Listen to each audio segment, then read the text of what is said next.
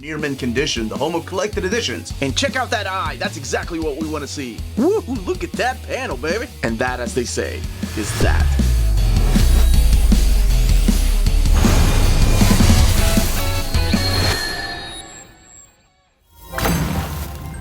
How's it going, all you Minties? Uncanny Omar here from Near Mint Condition, the home of collected editions. And today, I've got an overview of the latest library edition from Dark Horse Comics. We are going to be looking at The Witcher, Library Edition Volume 3. This is my advanced look at this book, so join me.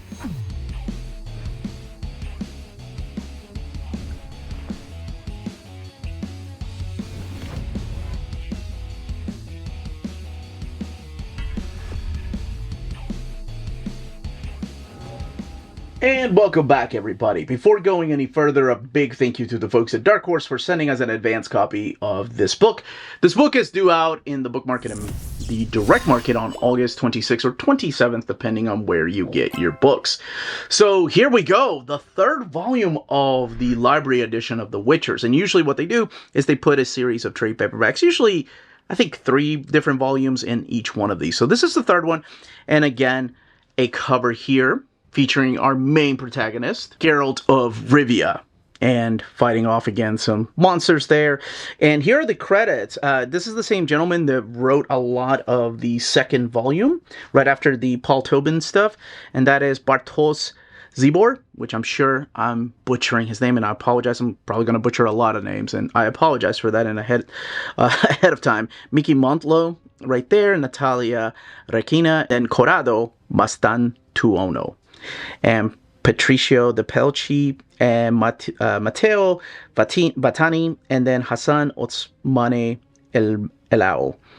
Yep, butchering all those. And then the spine of the book, The Witcher and Geralt right there, and Library Volume 3, the Dark Horse logo, and then, of course, the back of the book. Geralt's journey takes him across new lands, facing both beasts and humans, with monstrous intent, in the third deluxe collection of The Witcher. ISBN down there, CD Projekt Red, of course, makers of the video game, and then the Dark Horse logo down there. The book retails for $59.99, so let's take a look at it next to the other library editions. So you have Volume 1, 2, and 3.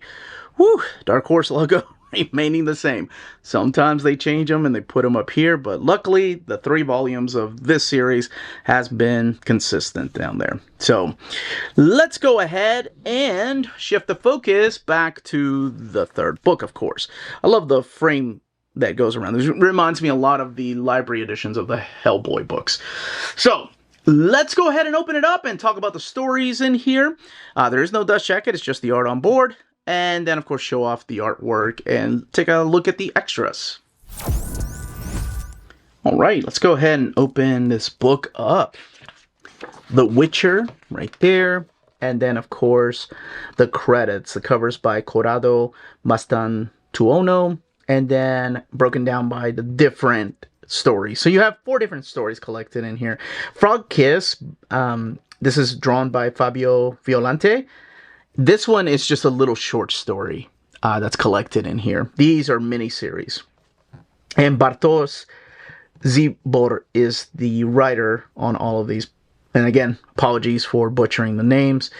This is a variant cover by Matt Smith, but you have art by Miki Montlo. And you have art assist and colors right here. And then art by Corrado Mastantuono. And colors by Matteo Battani.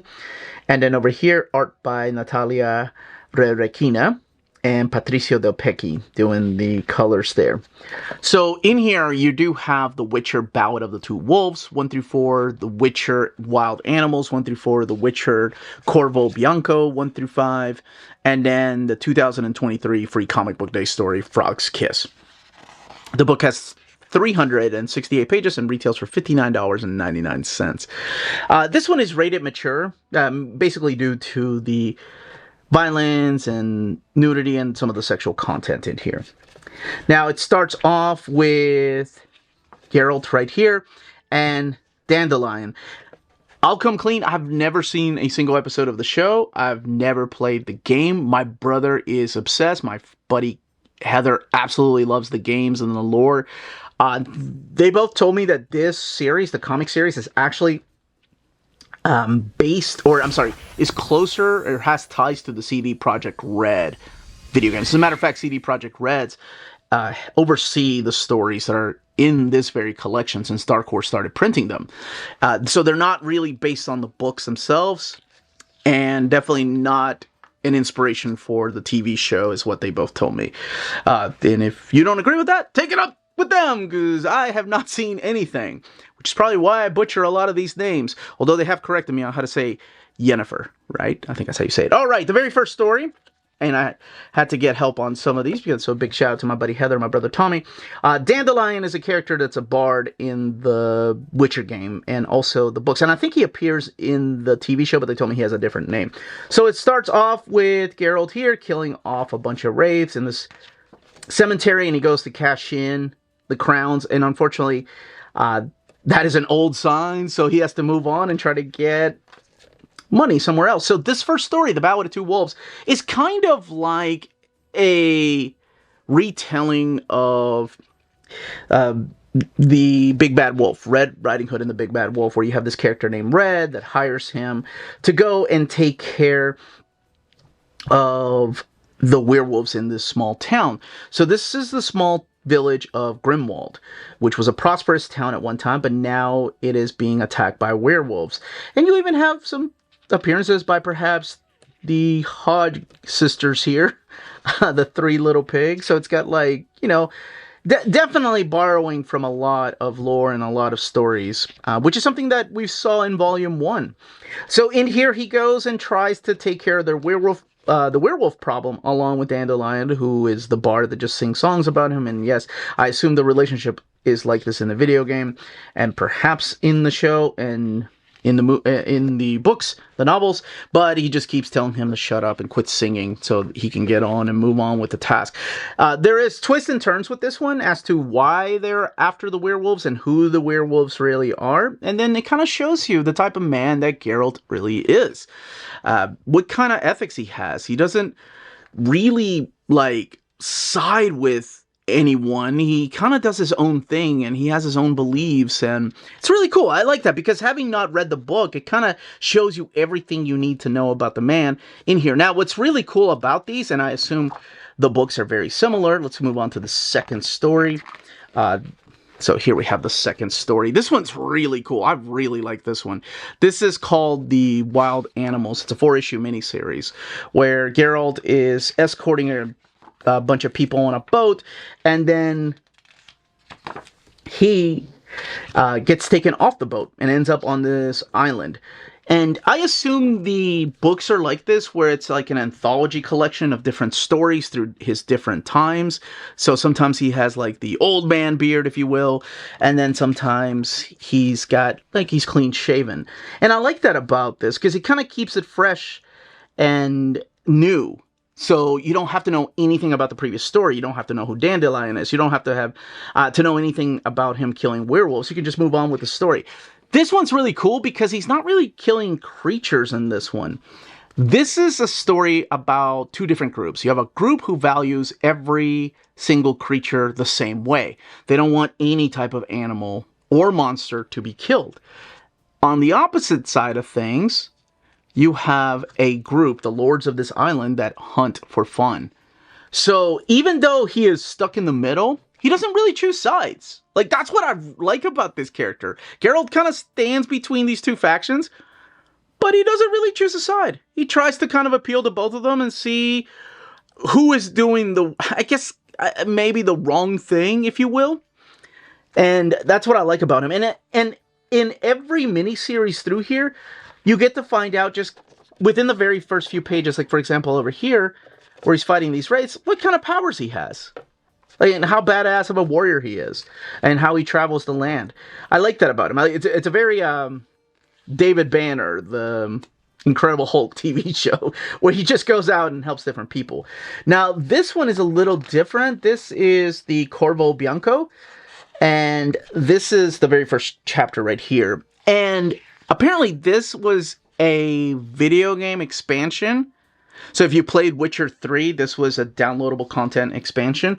But this one does feature the character of Yennefer, who, of course, was also adapted in the show and has been in the books, and then, of course, the CD Projekt Red games. This one is different because he's a little bit older, and he's trying to retire. So he's in this retirement castle. He's there with Yennefer, and of course, trouble comes looking for him. This one, out of all the other stories, has more of the sexual content. I guess that's what happens, because I noticed that in the volume 2, I think, is that when Yennefer comes around, it's something that they tend to do. This one does not feature the character of Ciri at all, which appeared in the first book. It's kind of like his adopted daughter. So I don't know if the rest of the stories will contain her character. But yes, so this is him trying to retire, and then there's a huge land dispute, and kind of sends him off on a mission to go and find this missing, what was it, a wizard, I think, while Yennefer goes on her own kind of quest. And then you get the Frog's Kiss, which is him walking into a bar. People are talking about him, saying he's a monster slayer, he's a witcher, we don't want any trouble. And then you get frog people that try to attack him, and for different reasons. All the way in the back, you do have the variant covers right here. They credit each one of the different artists through here, David Lopez, and you also have Manuel Fior, and hold on a second, let me go back, I missed some, I want you to, Sarah Kippen, and just different, man, the different art styles. I know Mignola did the cover for the Library Edition Volume 1, but I love that they're different art styles for the character, which you saw internally too. And then the cover sketches is what we have back here, internal pencils and layouts, some cover thumbnail sketches, and then you have your inks, the colors right here, and your end sheets. So let's take a look at the binding. The book has a total of 368 pages. It is sewn binding. And this one, actually, I notice, maybe it's just my copy, it's got the ribbon coming off a little bit. Nothing a little book glue won't fix, and printed in this glossy paper stock. So the ribbons, as I've mentioned before, like that coming off, it's more of a cosmetic fix than anything. It's really not holding anything together. The bunches are held in by the sewn binding and the glue. All right, but that's it. That, as they say, is The Witcher Library Edition Volume 3. If you're interested in purchasing this deluxe library edition, don't forget to check out our sponsors. If you're in Europe and you're interested in buying these books, definitely check out Walt's Comic Shop in Berlin, Germany. They have the cheapest pre-order prices, flat shipping rate of €12 for all EU countries, emails answered within 24 hours, waltscomicshop.com, and you can use the code nearmintcondition at checkout and get free shipping for all EU countries with your first order over €40. That's Walt's Comic Shop, your reliable source for omnis and premium collected editions in Europe. Ding! CheapGraphicNovels.com, your online home for graphic novels and collected editions up to 50% off cover price. They have excellent shipping and prompt and helpful service. Check out their bargain deals for up to 90% off cover price. And don't forget that CGN also takes pre-orders. That way you don't miss out on the hottest releases. And they are currently running a special promotion for you Minties. If you're a first-time customer, after receiving your order confirmation email, reply back to that email and let them know Near Mint Condition sent you their way. They will then apply a free shipping promotional credit to your next order in the US. Cheap Graphic Novels, your source for the hottest books with the kind of deep discount, quality shipping, and customer service that will keep you coming back for more. And that was the content, the page count, and build of this hardcover. Let me know in the comments down below if this is the way that you pick up The Witcher, or if you are just getting the trade paperbacks or single issues, or even the big fat trades, what they call the omnibus editions at Dark Horse Comics. If you have any questions, leave them down below. Smash that like button on the way out. Everyone stay healthy and safe out there. Much love.